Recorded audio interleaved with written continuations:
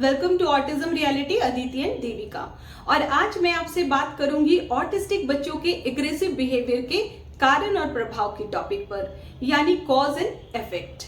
Friends, जब बच्चा aggressive होते हैं तो बहुत सारे फिजिकल सिम्टम्स देखने को मिलते हैं, जैसे हेड बैंगिंग करना, घर के सामान को तोड़ना फोड़ना और बच्चे का फेशियल एक्सप्रेशन ही बिल्कुल चेंज हो जाना। या तो खुद को बाइट करता है या सामने वाले को बाइट करता है। और जब बच्चा एग्रेसिव हो रहा है या किसी को पिंच कर रहा है तो उसके पीछे कोई वजह जरूर होती है, यानी कि हमें वो कॉज यानी कारण को फाइंड करनी है जिसका इफेक्ट होता है एग्रेसिव बिहेवियर। फ्रेंड्स, आइए हम इसे एक एग्जांपल से जानते हैं।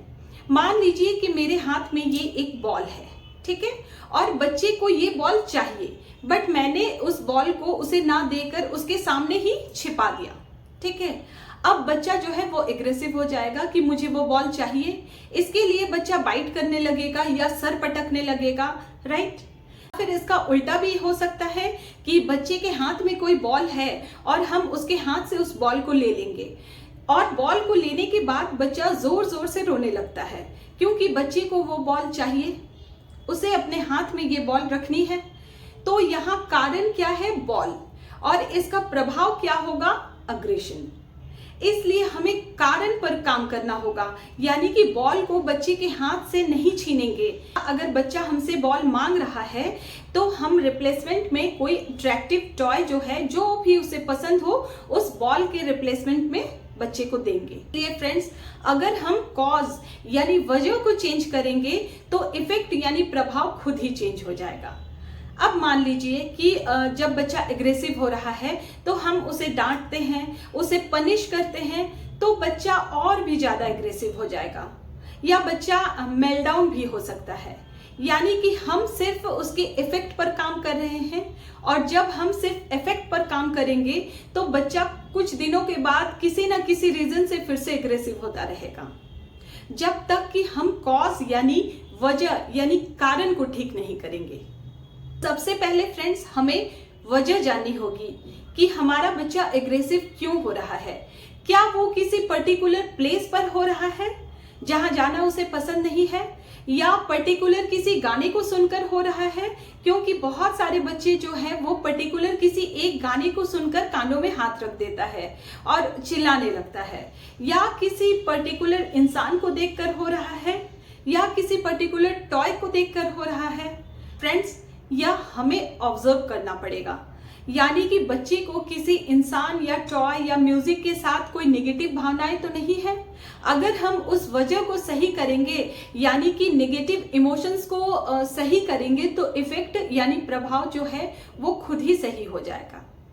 दूसरा, हम ये ऑब्जर्व करेंगे कि क्या मेरा बच्चा किसी को देखकर, यानी कि घर में आपस में किसी को झगड़ा करते देखकर एग्रेसिव होता है और वो भी इस तरीके का बिहेवियर शो करता है, या किसी ने उसे डांट दिया है उसके बाद जाकर उसे पिंच करता है या एग्रेसिव होता है, उसे उस इंसान के प्रति निगेटिव इमोशंस है।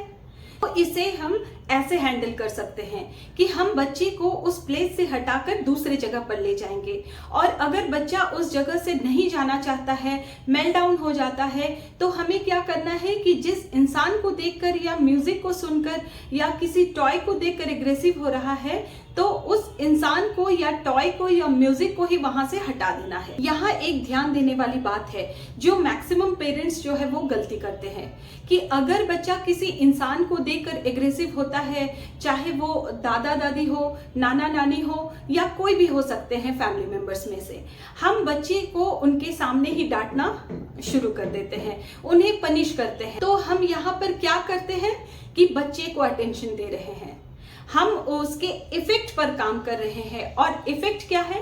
अग्रेशन। जबकि हमें काम करना है कॉज पे यानी कारण पर, यानी कि हमें बच्चे को ना डांट कर दादा दादी या नाना नानी को वहां से हटा देना है। फ्रेंड्स, हम बच्चे को जोर जोर से डांट कर या उसे मार कर उससे गुड बिहेवियर की उम्मीद कभी नहीं कर सकते। और थर्ड, हम ये काम कर सकते हैं कि हम अपनी वॉइस को लो टोन पर बोलेंगे जब बच्चा एग्रेसिव हो रहा है। तब कभी कभी क्या होता है कि बच्चा जब चिल्ला रहा होता है तो पेरेंट्स भी ओवर रिएक्ट कर देते हैं, तो बच्चा और भी ज्यादा एग्रेसिव हो जाता है।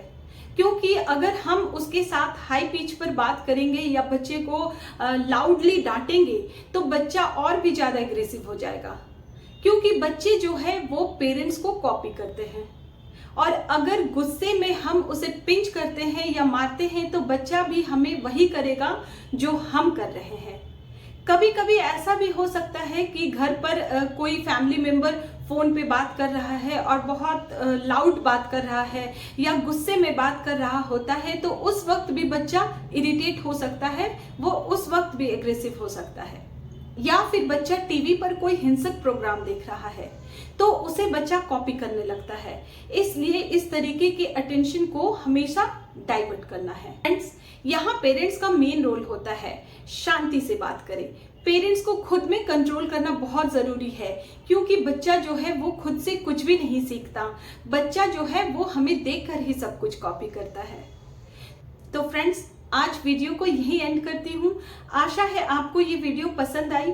अगर आपको मेरी वीडियो से हेल्प मिल रही है तो प्लीज एक लाइक और शेयर करें ताकि दूसरे बच्चों को हेल्प मिले, और चैनल को सब्सक्राइब करें और बेल बटन को प्रेस करें ताकि वीडियो की पहली नोटिफिकेशन सबसे पहले आप तक पहुंचे। मिलती हूँ अगले वीडियो में, तब तक के लिए बाय बाय।